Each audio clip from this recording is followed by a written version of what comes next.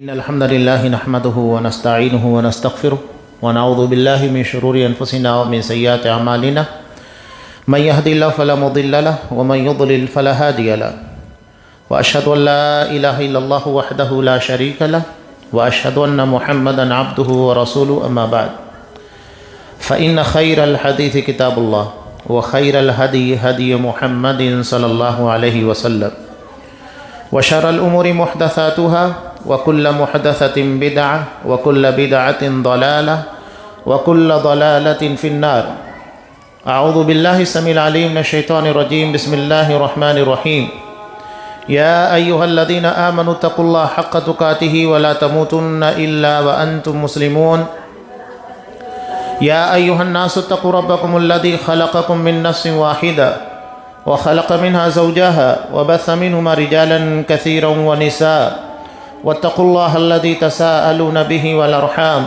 إن الله كان عليكم رقيبا يا أيها الذين آمنوا اتقوا الله وقولوا قولا سديدا يصلح لكم أعمالكم ويغفر لكم ذنوبكم ومن يطع الله ورسوله فقد فاز فوزا عظيما وقال إن جهنم كانت مرصادا للطاغين مآبا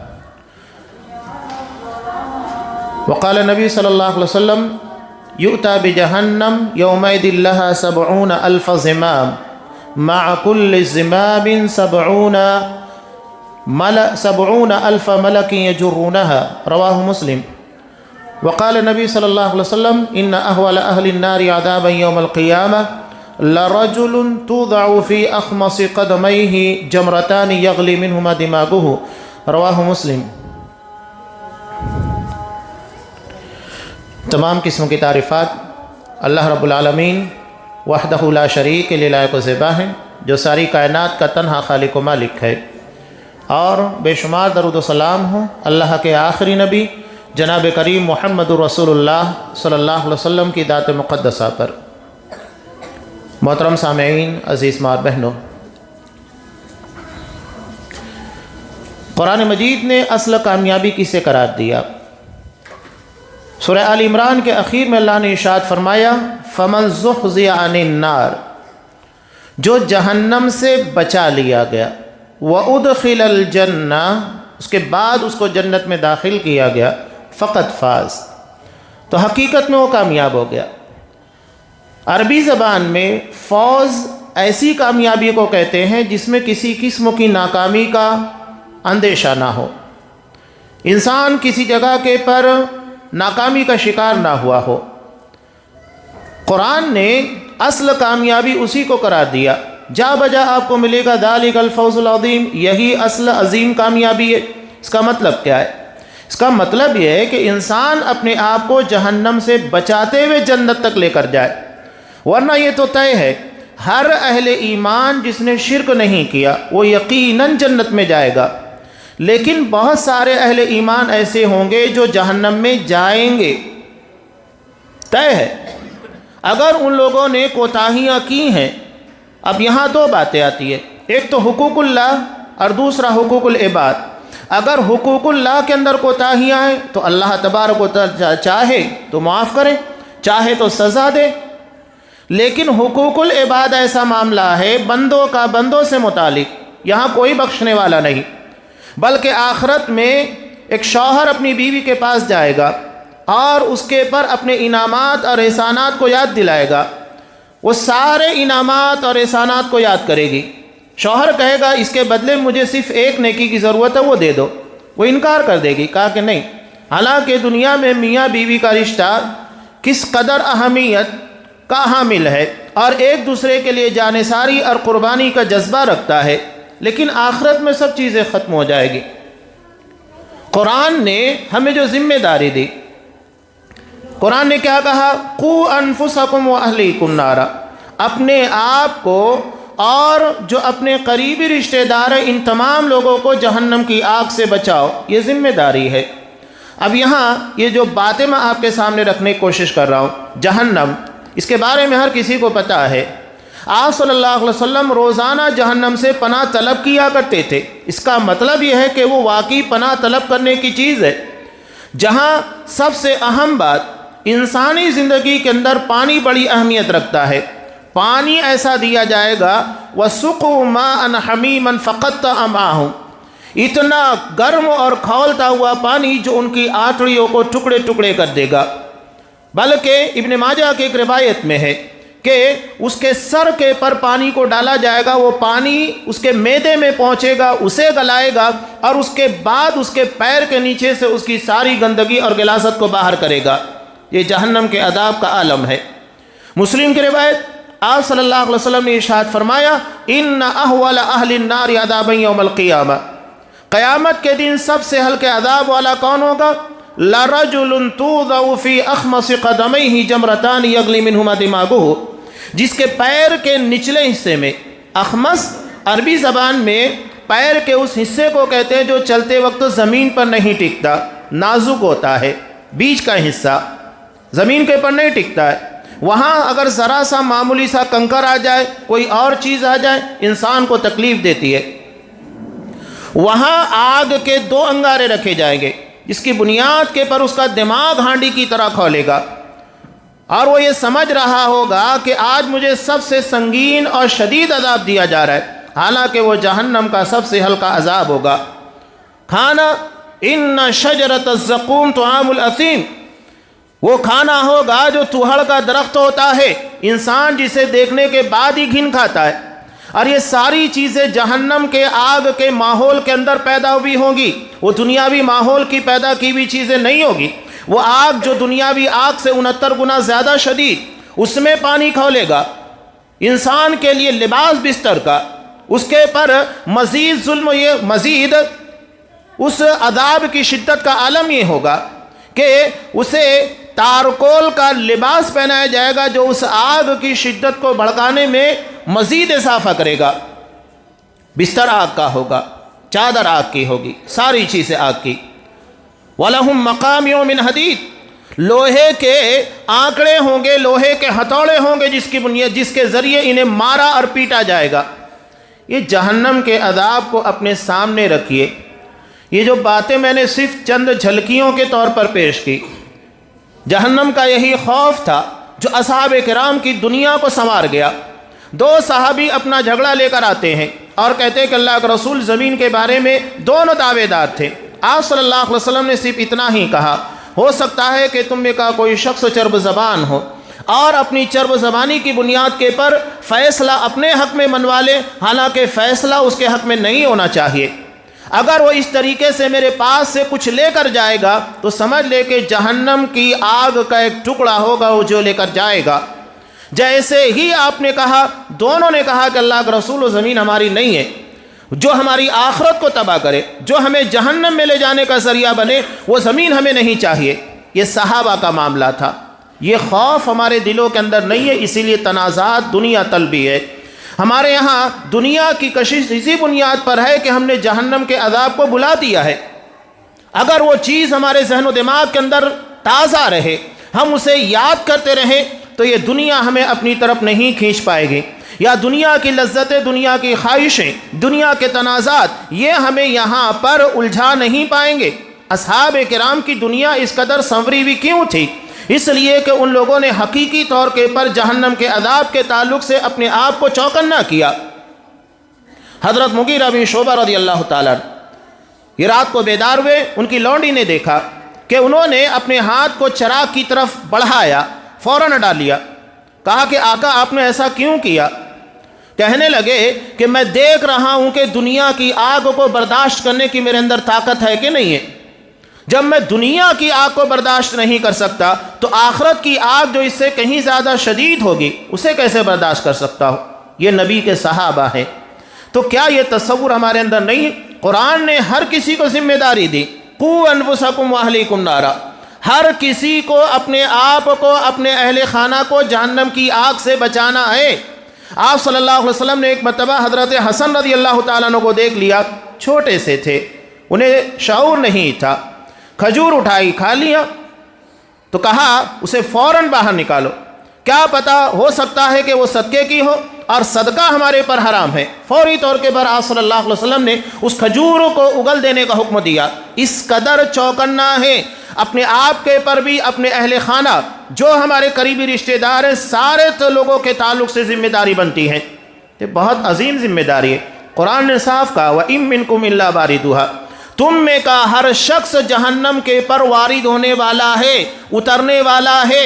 کان علی ربک حتما مقضیہ، یہ اللہ کا واضح دو ٹوک فیصلہ ہے۔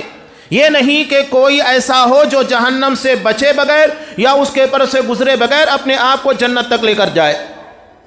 پل صراط کے تعلق سے یہاں تذکرہ ہے، ہر کسی کو اس پل کو پار کرنا ہے۔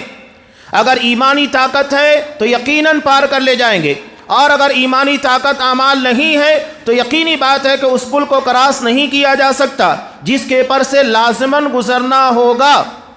یہ ہر کسی کی ذمہ داری ہے۔ یہ تمہیدی باتیں میں نے آپ کے سامنے کیوں رکھی؟ آج ہمارے یہاں مسئلہ یہ بنا ہوا ہے کہ ہم دیگر معاملات یا دیگر لوگوں کے مسائل میں اتنا الجھ جاتے ہیں کہ اپنی ذات کو بھول جاتے ہیں، اپنے اعمال کو بھول جاتے ہیں، اپنے معاملات کو بھول جاتے ہیں۔ ہم کیسے ہیں؟ ہم نے کیا اعمال کیے؟ کیا ہم واقعتاً اس لائق ہیں یا ہمارے اعمال اس لائق ہیں کہ ہم اپنے آپ کو جہنم کی آگ سے بچا سکتے ہیں؟ ہر کسی کو اس بارے میں سوچنا ہے، اور یہ ہمیشہ سوچنا ہے، اس لیے کہ اس آگ سے بچانے کے لیے کوئی نہیں آئے گا، صرف ہمارے اعمال ہوں گے جو اس سے بچا سکتے ہیں، کوئی اور چیز بچانے والی نہیں ہے۔ ہر کسی کو ذاتی طور کے پر جہنم کی آگ سے بچاؤ کی تیاری کرنا ہے، کوئی وہاں سہارا نہیں بننے والا۔ آپ صلی اللہ علیہ وسلم نے اپنی بیٹی فاطمہ کو کہا، صفیہ اپنی پھوپھی کو کہا، سارے خانوادے کو کہا، کوئی یہ نہ سمجھے کہ تمہارا قریبی رشتہ دار نبی ہے وہ تمہیں جہنم کی آگ سے بچائے گا، نہیں، ہر کسی کو اپنے آپ کو بچانا ہے۔ نہیں طاقت ہے، یہ نہیں کہ جہنم سی آگ سے بچنے کے لیے اللہ نے مال دیا وہی اپنے آپ کو بچائے گا، نہیں۔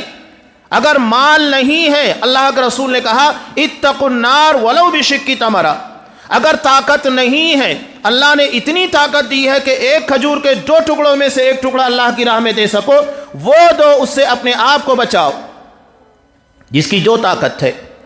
اور نہیں ہے تو یہاں تک کہ اچھی بات بکلمۃ طیبہ، اچھی اور عمدہ بات کے ذریعے اپنے آپ کو جہنم سے بچاؤ۔ یہ ہر کسی کی ذمہ داری ہے۔ یہ نہیں کہ ہم کسی اور کے بھروسے بیٹھے رہیں، کوئی باپ اپنے اولاد کے تئیں یا تو اولاد اپنے باپ کے تئیں ذمہ داری لے کہ وہ ہمیں بچا لے کر جائے گا، نہیں، ہر کسی کو ذاتی طور کے پر اس سے اپنے آپ کو بچانا ہے۔ یہ بہت اہم بات ہے۔ تو ہم دنیا کے بہت سارے مسائل کو اتنی اہمیت نہ دیں کہ ہمارے نزدیک اپنی ذاتی زندگی جہنم سے بچنے والے اعمال کی تیاری بے معنی بے حیثیت ہو جائے۔ یہ میں نے اشارتاً باتیں کہیں، اصلوں میں ہمارے سامنے مدعوں کو ایسے لا کر پیش کیا جاتا ہے کہ وہ مدعے اہم ہیں، ہم اپنے آپ کو جہنم سے بچائے یہ کوئی حیثیت نہیں رکھتا، لا کر دنیا کے مسائل پیش کر دیے جا رہے ہیں۔ ابھی ایک تازہ خبر آپ کو معلوم پڑے گی کہ جھوٹی خبریں، فیک نیوز سعودی عرب کے بارے میں پھیلا دیا گیا کہ وہاں پہ بخاری کے پر، مسلم کے پر، ترمذی کے پر پابندی لگا دی گئی، ان صحیح کتابوں کو نہیں پڑھا جا سکتا، نعوذ باللہ۔ جہاں دنیا میں سب سے زیادہ دین کی تبلیغ، بلکہ ملک سلمان بن عبدالعزیز حفظہ اللہ نے باقاعدہ، جس طرح شاہ فہد رحمہ اللہ نے قرآن مجید کو شائع کرنے اور اس کی کمپوزنگ، ڈیزائننگ، پرنٹنگ، ان ساروں کے بارے میں ایک بڑا ڈپارٹمنٹ قائم کیا، جہاں دنیا کی تمام زندہ زمانوں کے اندر قرآن مجید کو چھاپا جاتا ہے، فری تقسیم کیا جاتا ہے۔ تو اسی طرح ملک سلمان نے حکم دیا ہے احادیث کی کتابوں کی تحقیق کرنے کے بعد پوری دنیا میں اس کی نشر و اشاعت کا ایک بہت بڑا پروجیکٹ قائم کیا جا رہا ہے۔ تو یہ چالو ہے، لوگوں کو ان سارے معاملات میں الجھا دیا جاتا ہے۔ یہ نہیں کہ تم کو اپنے اعمال کے ذریعے جہنم سے بچنا، اس کے بارے میں کوئی فکر نہیں، اس کے بارے میں الجھ جاؤ، یہ تمہاری ذمہ داری ہے، بھول جاؤ۔ یہ ہمیں یاد رکھنا ہے۔ میں چند اہم اعمال کی طرف توجہ دلانا چاہتا ہوں جو جہنم سے بچانے کے لیے انتہائی ضروری ہے، اس کے بغیر ہم جہنم سے اپنے آپ کو نہیں بچا سکتے، جس میں سب سے اہم ہے توحید، شرک سے اپنے آپ کو بچانا۔ اللہ نے صاف کہا ان اللہ لا یغفر ان یشرک بہ، اللہ شرک کرنے والے کو معاف نہیں کرے گا۔ کیا ہم اس بارے میں فکر مند ہیں؟ اس بارے میں ہمیں علم ہے کہ شرک کیا ہے، کن چیزوں سے ہمیں اپنے آپ کو بچانا ہے، نہیں، ہمیں ایسے الجھایا گیا ہے جیسا کہ سیاسی طور کے پر ہم دیکھ رہے ہیں، ایسے مدعوں کے اندر ہم کو الجھا دیا جاتا ہے کہ جو انتہائی اہم اور ضروری مدعے ہوتے ہیں انسان اس کو بھول جاتا ہے۔ سیاسی طور کے پر ہندو مسلم کراؤ تاکہ بقیہ اہم مدعوں کی جانب کسی کی توجہ نہ جائے، یہ الجھانے والے معاملات دینی معاملات میں بھی ایسا ہی کیا جا رہا ہے۔ جو اہم مدعے ہیں عقیدے کے، منہج کے، جہنم سے بچاؤ کے، ان تمام مدعوں سے ہمارا ذہن و دماغ بھٹکا دیا جا رہا ہے اور ان چیزوں میں الجھایا جا رہا ہے جہاں ہماری ذمہ داری نہیں ہے۔ نبی کریم صلی اللہ علیہ وسلم کی واضح حدیث مسلم کی کتاب الایمان، امام مسلم نے ایمان کے اندر ہی اس کا تذکرہ کیا، اور ایمان کا مطلب ہی توحید ہے، توحید ہی ایمان ہے، دونوں چیزیں ایک دوسرے کے لیے لازم و ملزوم ہے۔ آپ صلی اللہ علیہ وسلم نے صاف کہا لِكُلِّ نَبِيٍّ دَعْوَةٌ مُسْتَجَابَةٌ فَتَعَجَّلَ كُلُّ نَبِيٍّ دَعْوَتَهُ، اللہ نے ہر نبی کے لیے ایک مخصوص دعا کا وعدہ کیا تھا، اس دعا کو اللہ رد نہیں کرے گا، لیکن ہر نبی نے اپنی اس مخصوص دعا کو دنیا میں ہی استعمال کیا۔ وَإِنِّ اخْتَبَأْتُ دَعْوَتِي، لیکن میں نے اپنی اس دعا کو بڑی حفاظت کے ساتھ سنبھال کر رکھا ہے۔ کس کے لیے؟ تاکہ آپ کے خانوادے کے کام آئے، اہل بیت کے کام آئے۔ کس کے لیے کام آئے؟ مکہ والوں کے لیے، مدینہ والوں کے لیے۔ کس کے لیے کام آئے؟ آپ کے صحابہ کے لیے۔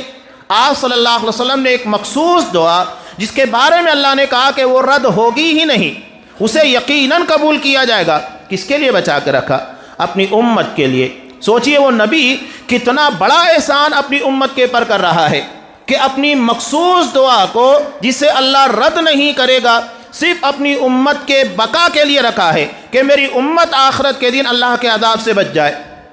وَإِنِّ اخْتَبَأْتُ دَعْوَتِي، کس کے لیے رکھا؟ شَفَاعَةً لِأُمَّتِي يَوْمَ الْقِيَامَةِ، قیامت کے دن میری امت کی شفاعت کے کام آئے، اس کے لیے میں نے بچا کر رکھا ہے۔ اب یہاں سارے لوگ خوش، نبی کی دعا ہے رد نہیں ہوگی، نبی شفاعت کریں گے، اپنی امت کی فکر کر رہے ہیں، سارے لوگ بخش دیے جائیں گے۔ آپ صلی اللہ علیہ وسلم نے شرط لگا دی۔ کیا شرط لگائی؟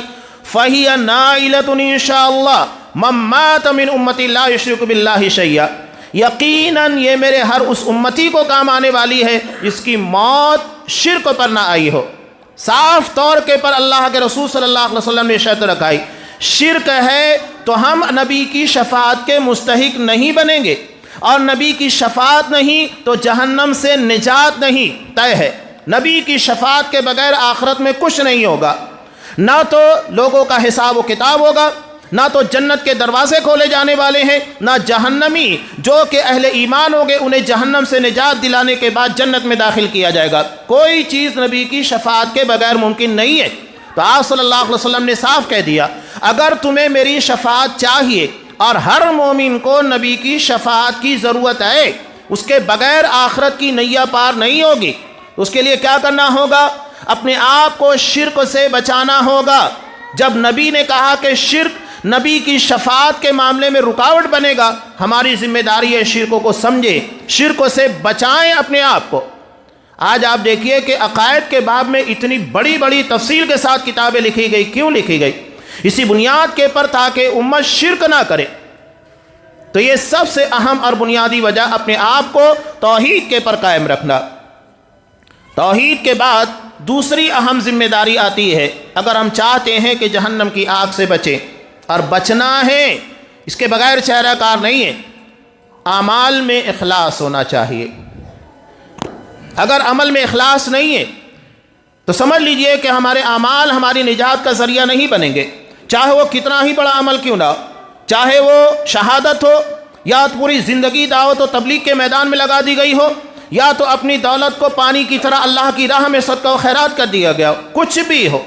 اللہ نے صاف کہا، جیسا کہ حدیث قدسی ہے مسلم کی روایت، انا اغنی الشرکاء عن الشرک، میں تمام شرکاء میں شرک سے سب سے زیادہ بے نیاز ہوں۔ من عمل عملا اشرک فیہ معی غیری ترکتہ وشرکا، اگر کس نے میرے کسی بھی عمل کے اندر، کسی بھی عبادت کے اندر میرے علاوہ کو شریک کر لیا تو میں اسے اور اس کے شرک کو دونوں کو چھوڑ دیتا ہوں، اس کو اس کے حوالے کر دیتا ہوں، مجھے کوئی ضرورت نہیں ہے تیرے عمل کی۔ اللہ کو پیور عمل مطلوب ہے، وہ عمل جو صرف اللہ کی رضا کے لیے کیا جائے، جس میں کوئی اور شائبہ نہ ہو۔ کتنی مشہور روایت ہے، امام مسلم رحمۃ اللہ علیہ نے کتاب الامارہ میں نقل کیا۔ اس حدیث کو بیان کرنے سے قبل جب مطالبہ کیا گیا تھا حضرت ابو ہریرہ رضی اللہ تعالیٰ عنہ سے، کیا مطالبہ ہوا؟ آپ ایک ایسی حدیث بیان کیجئے جو آپ نے رسول اللہ صلی اللہ علیہ وسلم سے ڈائریکٹ سنا۔ حضرت ابو ہریرہ رضی اللہ تعالیٰ عنہ نے بہت ساری احادیث، راویان حدیث کے اندر پہلا مقام انہی کا ہے، 5000 سے زیادہ روایتیں بیان کی۔ حالانکہ ان کے اسلام لانے کے بعد کا وقفہ اور نبی کریم صلی اللہ علیہ وسلم کی صحبت بہت کم تھی، 3 سال کا وقفہ تھا۔ سن 7 ہجری کے اندر یہ خیبر کے فتح کے موقع پر آئے، اس وقت مسلمان ہوئے تھے اور اس وقت آئے، 3 سال موقع ملا، لیکن انہوں نے اپنی پوری زندگی حدیث کے لیے لگا دی۔ اصحاب اکرام سے ایک ایک حدیث جمع کرتے تھے، پوچھا کرتے تھے۔ وہ کہتے تھے کہ صحابہ کاروبار، تجارت اور کھیتی باڑی میں مست ہو گئے، اس میں لگ گئے، لیکن میں نے اپنا پورا وقت محض حدیث کو جمع کرنے کے لیے لگا دیا۔ تو ایسے انہوں نے 3 سال کے وقفے میں دیگر تمام اصحاب کرام کے مقابلے میں سب سے زیادہ روایتیں بیان کی۔ طلب تھی تو لوگوں نے ان سے مطالبہ کیا، آپ ایک ایسی حدیث بیان کیجئے جو ڈائریکٹ آپ نے سنا ہو، یعنی نبی سے ڈائریکٹ سنا، ایسا نہیں کہ کسی صحابی سے سنا اس کے بعد۔ تو انہوں نے کہا کہ ٹھیک ہے، ایک حدیث میں آپ کو بیان کرنا چاہتا ہوں۔ حدیث جیسے ہی بیان کرنے کے لیے تیار ہوئے، خوف کے مارے بے ہوش ہو گئے، اس کے بعد ہوش میں آئے، دوبارہ حدیث بیان کرنے کی کوشش کی، خوف کا عالم اتنا زیادہ تھا، پھر بے ہوش ہو گئے، تیسری مرتبہ بے ہوش ہوئے، اس کے بعد اس حدیث کو بیان کیا۔ حدیث اس عمل کی بنیاد پر ہی سمجھ میں آ جاتی ہے کہ حدیث جو بیان کی جانے والی ہے وہ کتنی اہم ہے، یا ہمارے اپنے آپ کے لیے کتنا زیادہ نزاکت اور چوکنا بیدار کرنے والی ہے۔ وہ کہنے لگے قیامت کے دن سب سے پہلے مقدمہ جو پیش ہوگا، اللہ کے رسول صلی اللہ علیہ وسلم نے کہا کہ شہید کا مقدمہ ہوگا، سب سے پہلے شہید کو لایا جائے گا، اللہ اسے لائے گا، طویل روایت ہے، لانے کے بعد اپنی نعمتوں کو اس کے سامنے بیان کرے گا، وہ ساری نعمتوں کا اظہار کرے گا کہ اللہ تو نے مجھے بڑا نوازا تھا۔ اللہ کہے گا فما عملت فیہا، ان نعمتوں کے بدلے میں تو نے کیا کیا؟ اب اس کے نزدیک سب سے بڑا عمل یہ ہوگا شہادت۔ کہے گا اللہ میں نے تیری راہ میں اپنی جان قربان کر دی۔ اللہ کہے گا جھوٹا ہے، جھوٹ بول رہا ہے، حالانکہ اس نے شہادت کا نذرانہ حاصل کیا، اس کے بعد بھی اللہ کہہ رہا ہے کہ تو جھوٹ بول رہا ہے۔ کیوں؟ اس لیے کہ عمل اور دل، نیت اور عمل کے درمیان تفاوت ہے، نیت میں کچھ اور تھا، عمل کچھ اور تھا، یہی جھوٹ ہے۔ یعنی انسان کہہ کچھ رہا ہے، دل کے اندر کچھ اور ہے، کر کچھ رہا ہے، دل کے اندر کچھ اور ہے، اسی کو جھوٹ سے تعبیر کیا جاتا ہے۔ جہاں نیت اور عمل ایک دوسرے سے مطابقت نہ رکھے، دونوں الگ الگ ہوں، نیت کچھ اور ہو، عمل کچھ اور ہو، جھوٹ ہے۔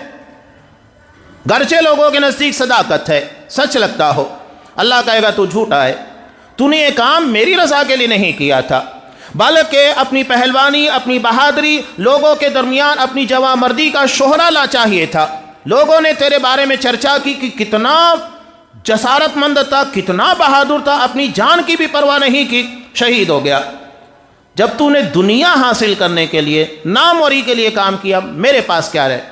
تو نے میرے لیے کیا ہوتا تو میں دیتا نا، یہ کام تو نے میرے لیے نہیں کیا تو میں کیوں اجر دوں؟ اس کے بعد اس کے بارے میں حکم ہوگا، اسے گھسیٹ کر جہنم میں پھینک دیا جائے گا۔ 3 چیزیں آپ نے بیان کی۔ اس کے بعد عالم دین جو بہترین قرآن پڑھنے والا اور اپنا پورا وقت اللہ کے دین کے لیے لگانے والا، اسے بھی اللہ بلائے گا، نعمتوں کی یاد دہانی کرائے گا۔ وہ کہے گا کہ اللہ یقیناً تو نے مجھے بڑا انعام سے نوازا، اگر تو نے مجھے ذہن نہیں عطا کیا ہوتا تو میں تیرا دین کیسے سیکھتا، کیسے میں تیرا دین سمجھتا، لوگوں کو سمجھانے کی کوشش کرتا۔ اللہ کہے گا اس کے بدلے میں تو نے کیا کیا؟ وہ کہے گا کہ اللہ میں نے دن و رات قرآن مجید کی تلاوت کی، جہاں موقع ملا برابر میں نے دین کا کام کیا۔ اللہ اس کے بارے میں کہے گا تو بھی جھوٹا ہے، تو نے اس لیے نہیں کیا تاکہ اللہ کا دین پہنچے، لوگوں کے درمیان دین کی نشر و اشاعت ہو، نہیں، بلکہ مقصد کیا تھا؟ لوگوں کے درمیان اپنے علم کی چرچا کہ کتنا بڑا عالم ہے، بولنے کا ہنر کتنا اچھا ہے، آواز کتنی شاندار ہے، یہ ساری چیزیں تو نے۔ آپ صلی اللہ علیہ وسلم نے اس بات میں بہت سختی کی. ایک بحیثیت ایک چھوٹے سے عالم کے بیان کرنا بھی ضروری ہے. ابن ماجہ کی روایت، اور یہ چیزیں محسوس ہوتی ہیں. آپ صلی اللہ علیہ وسلم نے جو چیز ہونے والی تھی وہی بیان کی، جو نہیں ہونے والی اس کو نہیں بیان کیا، ہونا تھا اس کو بیان کیا. آپ صلی اللہ علیہ وسلم نے صاف کہا کہ اگر کوئی شخص علم دین اس بنیاد پر حاصل کرتا ہے لیجاری بہ السفہاء، تاکہ کم عقلوں سے یا جن لوگوں کو زیادہ دین کی سمجھ نہیں ہے ان لوگوں سے بحث کرے، ویباہی بہ العلماء، اور علماء کے پر فخر کرے. وہ کیا بولتا ہے میں بولتا ہوں، وہ کیا مسئلہ بیان کرے گا میں بیان کرتا ہوں.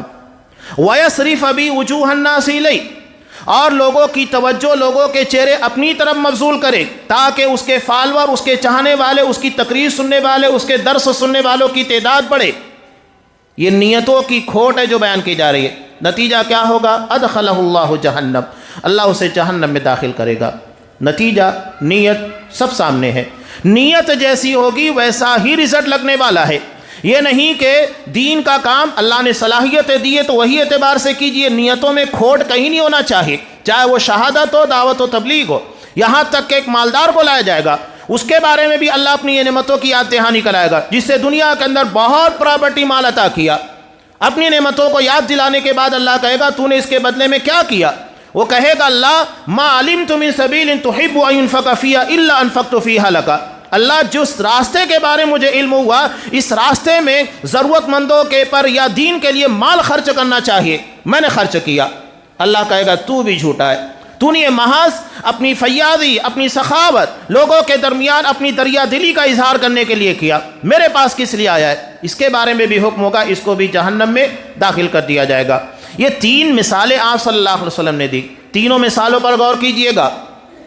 شہید جو اپنی جان کی قربانی دے کر دشمنوں سے بچاتا ہے، سرحدوں کا محافظ ہے. عالم دین جو ہمارے درمیان پیدا ہونے والے فتنے یا بے دینی سے انسانوں کو روکتا ہے، یعنی وہ ہمارے درمیان رہ کر داخلی طور پر دین کو مضبوط کرتا ہے.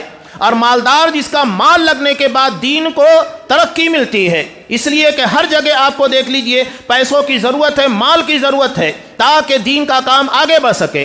تینوں کی اہمیت اپنی جگہ پر. ایک اپنی جان قربان کر کے دشمنوں سے حفاظت کرتا ہے تاکہ باہر سے مسلمانوں پر حملہ نہ ہو. عالم دین مسلمانوں کے درمیان رہ کر ان کی حفاظت کرتا ہے تاکہ دین نہ بگڑے. مالدار اپنا مال خرچ کرتا ہے تاکہ دین ترقی کرے. لیکن یہ تینوں کے تینوں اہم چیزیں اگر بدنیتی کا شکار ہو جائے تو جہنم سے نجات کے بجائے جہنم میں لے جانے کا ذریعہ ہے. تو بہت زیادہ توجہ ہونا چاہیے. اخلاص یہ دوسری اہم چیز ہے. تیسری بات، قرآن مجید نے دعا کے تعلق سے بہت حکم دیا. دعا دراصل اپنے آپ کو اللہ کے سامنے فقیر بھکاری بنانے کا جذبہ ہے. اور یقینی بات ہے کہ بندہ ہر چیز میں اللہ کا محتاج ہے. یا ایھا الناس انتم الفقراء الی اللہ، لوگو تم سب اللہ کے محتاج ہو. ایک ایک چیز کے لیے، یہاں تک کہ اللہ کے رسول نے کہا کہ اگر تم میں کا کوئی شخص اس کے جوتے کا تسمہ ٹوٹ جائے وہ بھی اللہ سے مانگے. ہر چیز کے لیے اللہ کے محتاج. ہم کسی قبر والے کے محتاج نہیں ہیں، نہ تو کسی فقیر پیر ولی کے محتاج ہیں. سب اللہ کے محتاج ہیں، چاہے وہ نبی ہو یا دنیا کا کوئی کتنا بڑا ولی ہو، کوئی بھی ہو، سب کے سب اللہ کے محتاج ہیں. قرآن مجید نے صاف کہا. اور اگر کوئی مر چکا ہے تو وہ ہماری دعا کا محتاج ہے، ہم اس کے محتاج نہیں ہیں. ہم نے کایا ہی پلٹ دی، ہم نے یہ سمجھ لیا کہ ہم اس کے محتاج ہیں. قرآن کہتا ہے کہ وہ تمہاری دعاؤں کا محتاج ہے، وہ انتظار کرتے رہتا ہے تمہاری دعاؤں کے. تو احتیاط. تو دعا بہت اہمیت رکھتی ہے. قرآن نے صاف کہا ان الذین یستکبرون عن عبادتی. قرآن پہلے کہتا ہے وقال ربکم ادعونی استجب لکم، یہ تمہارے رب کا حکم ہے، کہہ رہا ہے مجھے پکارو. اللہ آرڈر دے رہا ہے، حکم دے رہا ہے مجھے پکارو. زندگی کی کوئی بھی پرابلم، کوئی بھی مشکل ہو، اس کے لیے مجھے پکارو، میں تمہارے پرابلم کو سالو کروں گا. کتنا بھی بڑا مسئلہ ہو، چیزیں ہمارے لیے ناممکن ہو سکتی ہے، ہمارے لیے مسئلہ مشکل ہو سکتا ہے، اللہ کے لیے نہیں. ان اللہ علی کل شیء قدیر، ہر چیز کے پر قدرت رکھتا ہے. وہ چاہے تو عورت کو ایسی عمروں کے اندر بچہ دے جہاں انسان سوچ نہیں سکتا، وہ چاہے تو بغیر شوہر کے بچہ دے سکتا ہے، وہ چاہے تو مرد سے اولاد پیدا کر سکتا ہے. حضرت حوا کس سے پیدا ہوئی؟ حضرت آدم سے نا، مرد سے پیدا کیا گیا. تو اللہ نے پیدا کیا. تو بغیر ماں باپ کے بھی پیدا کر سکتا ہے جیسا کہ حضرت آدم کو پیدا کیا، بغیر باپ کے پیدا کر سکتا ہے جیسا کہ حضرت عیسیٰ کو پیدا کیا، اور بغیر ماں کے پیدا کر سکتا ہے جیسا کہ حضرت حوا کو پیدا کیا حضرت آدم سے۔ وہ ہر چیز کے پر قدرت رکھتا ہے، اس کے لیے کوئی چیز ناممکن نہیں، ہر چیز انتہائی آسان ہے۔ یہ کائنات اس کے صرف کن کے اشارے کے پر پیدا ہوئی، تو ہماری زندگی کے مسائل کیا معنی رکھتے ہیں؟ اللہ کی عظمت کو سمجھیے تو مانگنے کا ہنر آئے گا۔ آپ صلی اللہ علیہ وسلم کی زندگی کا ایک ایک عمل دیکھیے، ہر موڑ کے پر دعا ہے۔ اسی لیے اللہ نے کہا ان الذین یستکبرون عن عبادتی، جو میری عبادت سے تکبر کرتے ہیں، تکبر یعنی دعا نہیں مانگتے، سیدخلون جہنم داخرین، وہ جہنم میں دھتکارے ہوئے ذلیل کر کے داخل کیے جائیں گے۔ ہم چاہتے ہیں کہ جہنم کے آگ سے اپنے آپ کو بچائیں، دعا کا اہتمام کیجئے، زیادہ سے زیادہ دعائیں، یہی ہمارے لیے نجات کا ایک بہت بڑا ذریعہ ہے۔ تو ہمیں ان چیزوں کے پر خصوصی توجہ دینا چاہیے۔ اس کے بعد نبی کریم صلی اللہ علیہ وسلم نے جو عبادات بتائی، روزہ، آپ صلی اللہ علیہ وسلم نے کہا کہ الصوم جنہ، روزہ ڈھال ہے، جہنم سے بچانے کا ذریعہ ہے۔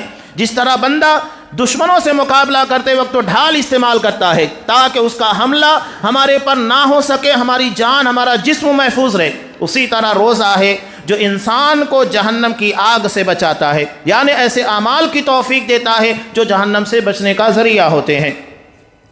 علامہ نبی کریم صلی اللہ علیہ وسلم نے 7 لوگوں کے بارے میں کہا کہ 7 لوگ یہ عرش کے سائے تلے ہوں گے جنہیں اللہ جہنم کی آگ سے محفوظ رکھے گا۔ مشہور حدیث ہے مسلم کی۔ سب سے پہلے آپ نے کس کے بارے میں کہا؟ سبعۃ یظلھم اللہ فی ظلہ یوم لا ظل الا ظلہ، قیامت کے دن اللہ 7 لوگوں کو اپنے عرش کے سائے تلے رکھے گا جب اللہ کے عرش کے سائے کے علاوہ کوئی سایہ نہیں ہوگا۔ سب سے پہلا ہے الامام العادل، انصاف کرنے والا امام، حکمراں۔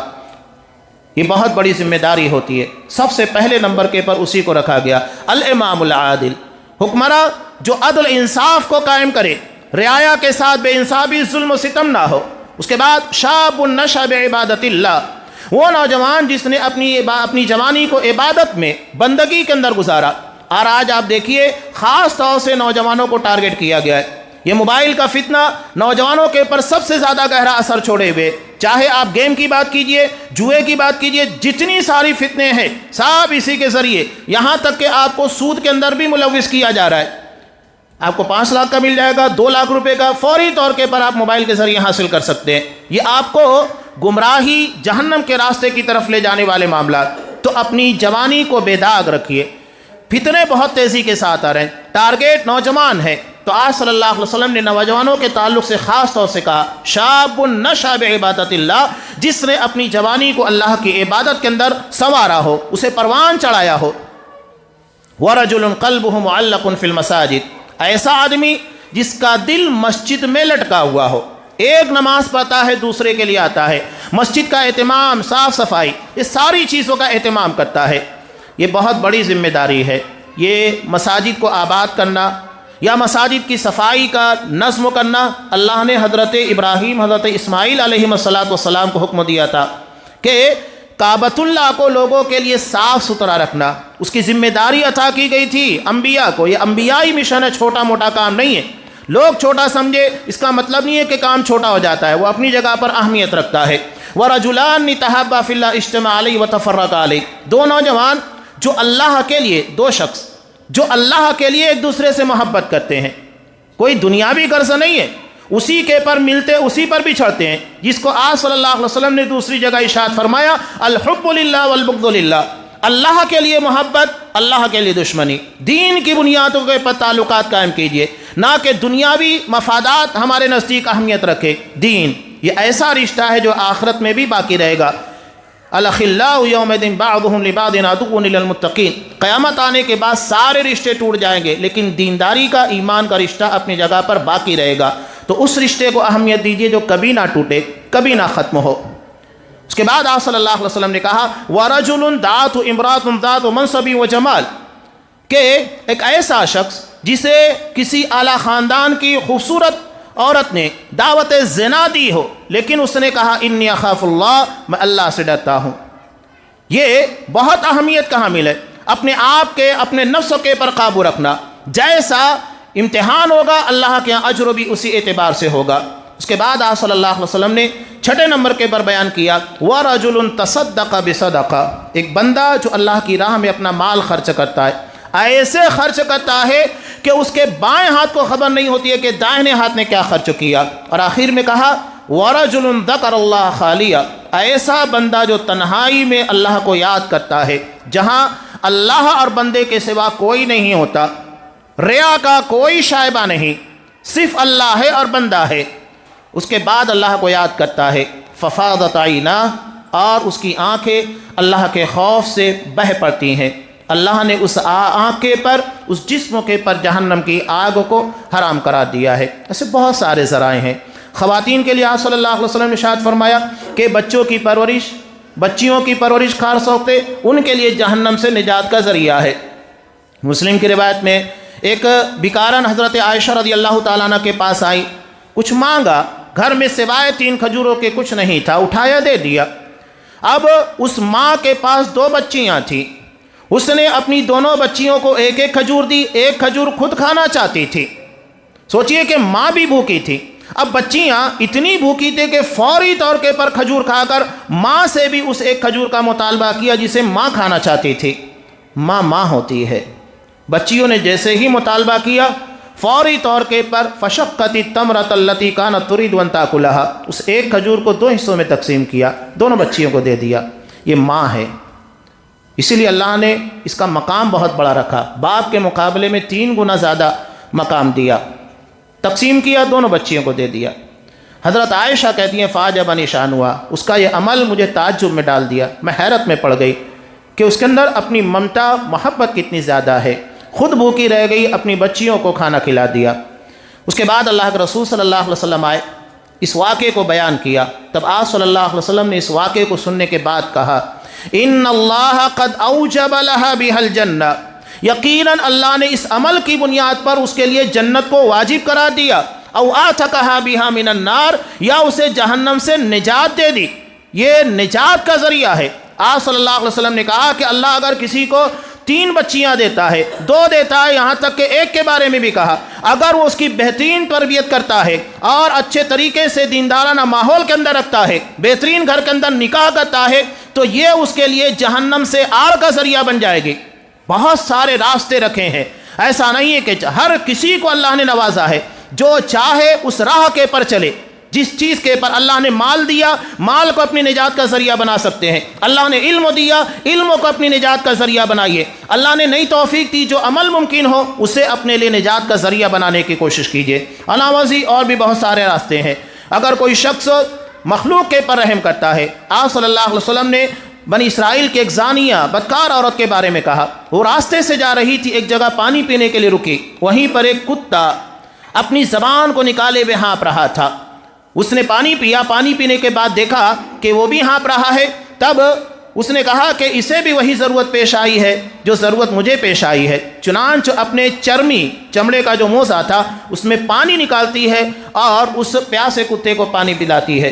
اللہ نے اس ایک عمل کی بنیاد کے پر اس کے سارے گناہوں کو معاف کر کے جنت میں داخل کر دیا، جہنم سے نجات دے دی۔ ایک شخص راستے سے جا رہا تھا، بخاری کی روایت، ایک ٹہنی تھی، شاخ تھی جو آنے جانے والے لوگوں کو تکلیف دے رہی تھی، اسے توڑ دیا کہ آنے جانے والے لوگوں کو تکلیف نہ ہو۔ اللہ نے اس عمل کی بنیاد پر اس کو جنت دی۔ جنت اللہ کی ہے، وہ جیسے چاہے دے، ہم فیصلہ کرنے والے نہیں ہیں کس عمل کی بنیاد پر کس کو کیا ملے گا۔ اس لیے ہر نیک عمل کی کوشش کرنا چاہیے، کون سا عمل نجات کا ذریعہ بن جائے، اللہ کو بھا جائے، اس کی بنیاد پر نجات دے، ہمیں اس کی کوشش کرنا چاہیے۔ اللہ تبارک و تعالیٰ سے دعا ہے پروردگار ہمیں سے اعمال کی توفیق دے جو ہمیں جہنم کے عذاب سے بچائے، ہر اس عمل کے لیے کوشاں رہنے کی توفیق دے جو تیری جہنم سے نجات کا ذریعہ بن سکتے، اور وہ سارے اعمال جو اس راہ کے پر لے جانے والے یا جہنم تک پہنچانے والے ہیں، ان سارے امور اور اعمال سے ہماری حفاظت فرما، آمین۔ بارک اللہ لنا ولکم فی القرآن العظیم ونفعنی وإیاکم بالآیات والذکر الحکیم، انہ تعالی جواد کریم ملک بر رحیم۔